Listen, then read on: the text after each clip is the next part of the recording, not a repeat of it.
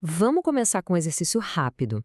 Pensa aí no seu melhor cliente, aquele cliente que você mais valoriza. Agora, seja sincero. O trabalho que você faz hoje, ele de fato protege o que essa pessoa construiu a vida inteira? Ou, na verdade, a gente acaba só movimentando a parte líquida, a parte mais fácil do patrimônio dele? Olha, nessa análise aqui, a gente vai descobrir uma falha fundamental no jeito que o mercado todo opera. E como essa falha abre uma oportunidade gigantesca que está literalmente invisível para a maioria. E toda a nossa conversa hoje vai ser baseada neste livro, A Riqueza Invisível, do Audrey Pierre, especificamente na edição para consultores. E pode esquecer aqueles manuais de investimento cheios de blá blá blá. Pensa nisso aqui como um mapa. É, um mapa para a gente sair dessa guerra maluca por produtos e começar a construir um tipo de autoridade que torna a gente indispensável para o nosso cliente. E o autor já começa com um soco no estômago, logo no prólogo, com essa pergunta aqui: e se a gente estivesse errando desde o início? Pensa bem, e se o jeito que a gente foi treinado para trabalhar, focado em extrato, em rentabilidade contra o CDI, for exatamente o que, no fim das contas, destrói os legados que a gente jura proteger? É uma pergunta bem desconfortável, eu sei, mas a resposta para ela pode mudar o rumo de uma carreira inteira. Então vamos direto ao ponto. A raiz do problema todo, o grande erro, é que o mercado brasileiro inteiro confunde feio, duas coisas que são completamente diferentes. E essa confusão que faz com que tantos patrimônios, tantas histórias, simplesmente se percam pelo caminho. Olha só a clareza dessa distinção aqui. De um lado, a gente tem o asset management. É o mundo do o que investir. O foco é total em performance, em benchmarking, liquidez. 99% do mercado vive e respira aqui. Do outro lado, a gente tem o Wealth Management de verdade, que é o universo do porquê investir. O objetivo aqui não é só render mais, é perpetuar um legado, é proteger o todo. O mercado, por pura conveniência, vende o primeiro serviço com o rótulo do segundo. E essa, meus amigos, é a grande armadilha. E essa citação do Fraser Rice é cirúrgica, ela vai direto na ferida. O nosso sistema todo, ele é desenhado para movimentar o que é líquido, o que gera transação, o que gera comissão. Enquanto isso, o coração da riqueza do cliente, a empresa dele, os imóveis, a cultura da família, tudo isso fica lá, completamente exposto, sem proteção nenhuma. E qual é a consequência direta dessa miopia toda do mercado? O surgimento de um perfil de cliente. Um cliente extremamente valioso, mas que passa completamente despercebido. É o que o livro chama de milionário invisível. Vamos desenhar essa pessoa na nossa cabeça? É aquele empresário, sabe, que construiu um império do zero, com as próprias mãos. A riqueza dele toda está na economia real, em tijolo, em estoque, em operação, mas a estrutura que deveria proteger tudo isso é frágil, é quase um castelo de cartas.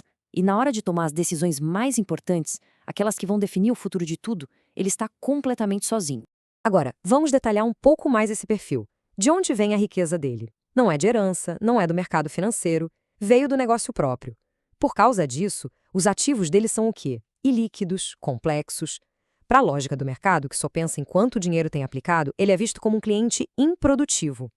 Mas a necessidade central desse cara não é mais um produto financeiro. Ele precisa desesperadamente de um conselheiro. E é exatamente aí que mora a maior oportunidade para o profissional que está atento.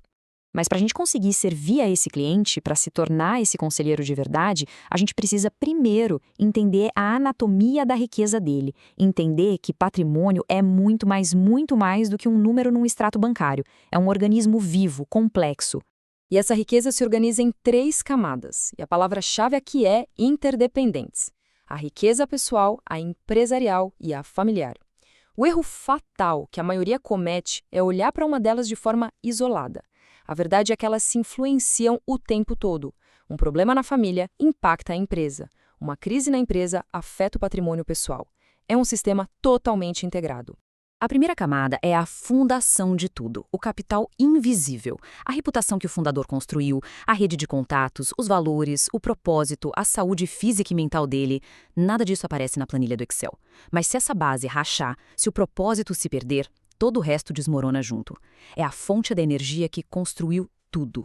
Depois vem a segunda camada, que é o motor, o capital estrutural. A empresa, os imóveis que geram renda.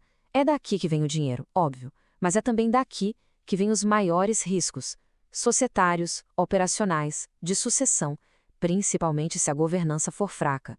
Essa é a máquina que precisa ser muito bem cuidada para não quebrar.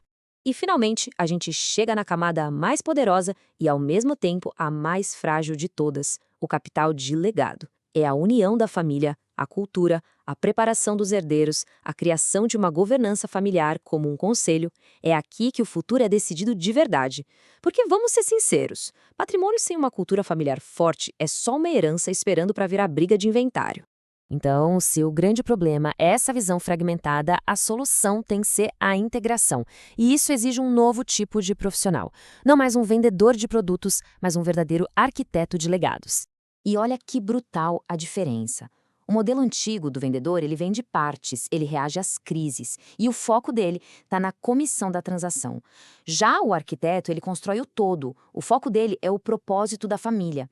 Ele não vende, ele orquestra os melhores especialistas. E o mais importante de tudo, a remuneração dele está alinhada ao sucesso do legado, e não a uma venda específica. Essa frase do Jean Brunel, para mim, ela captura a alma desse novo papel. Não se trata só de técnica, de planilha. Trata-se de se tornar o guardião do porquê por trás do dinheiro. É proteger a razão pela qual tudo aquilo foi construído em primeiro lugar. Portanto, a jornada é muito clara. É uma evolução. É sair dessa guerra de produtos, que são todos iguais, para encontrar nossa verdadeira relevância no propósito de vida de um cliente. Vamos pensar de novo naquele nosso melhor cliente, o empresário solitário. O que ele realmente precisa? De mais um fundo na carteira? De mais uma transação? Ou ele precisa da paz de espírito, da segurança de que o futuro que ele construiu com tanto suor está de fato protegido em todas as suas camadas? E aqui está o ponto que fecha tudo. A métrica final do nosso trabalho não pode ser o tamanho do extrato. O epílogo do livro nos lembra que o verdadeiro sucesso de um legado não se mede pelo tamanho da fortuna, se mede pela força das histórias, dos valores e da união da família que sobrevivem ao fundador. Então, para fechar, a pergunta final é para cada um de nós. É para a gente olhar para dentro.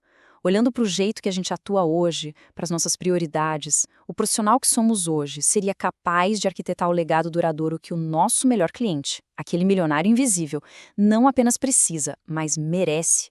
A resposta a essa pergunta define o futuro da nossa própria relevância no mercado.